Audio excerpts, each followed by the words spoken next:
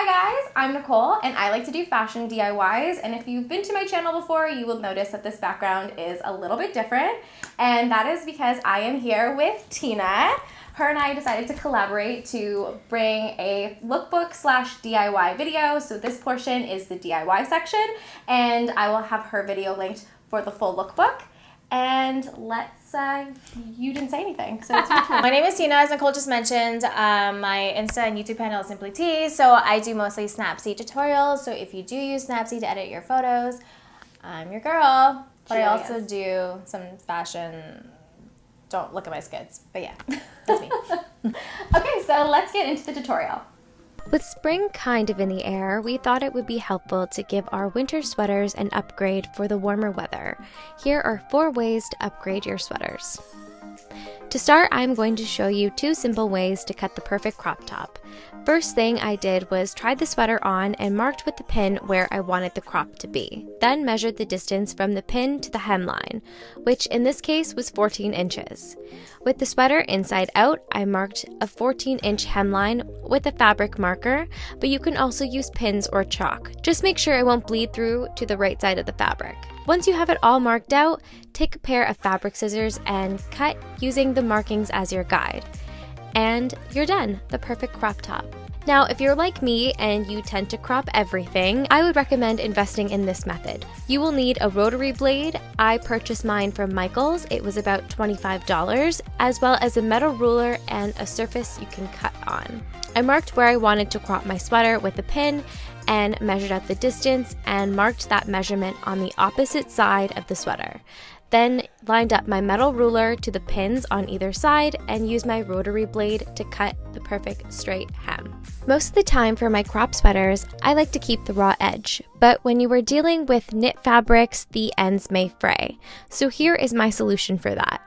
So after I crop this sweater the same way I did the other sweaters, I am going to sew an elastic trim like this one to the end to prevent fraying. I picked this trim up at Fabricland, and you can buy it by the meter there, and they have so many options. I measured how much trim I needed to cover the circumference of the bottom and added a 1/2 inch seam allowance before cutting and sewing the 2 ends together. Then with right sides together, I attached the trim to the bottom of the sweater, securing it with pins before using a zigzag stitch to sew.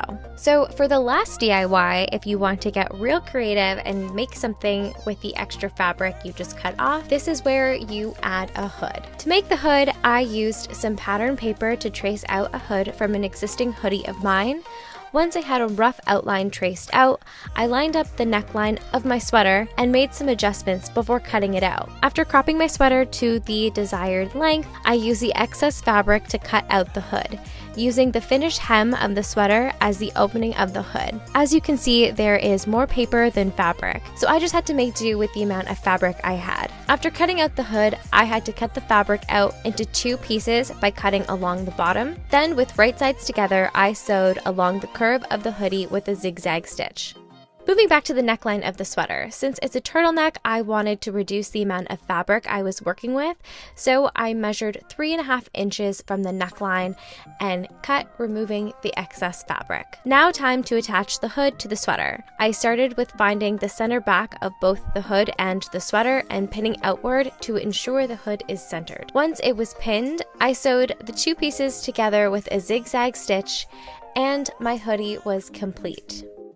If you would like to see how these sweaters turned out and how they look like on, be sure to check out Tina's styling video, which I will have linked below. So that was it for today's video, guys. I hope you enjoyed it. If you would like to see more fashion DIYs, please be sure to subscribe and give this video a thumbs up. And I will see you next time, but make sure to check out Tina's video, which will be linked below as well. Okay, bye!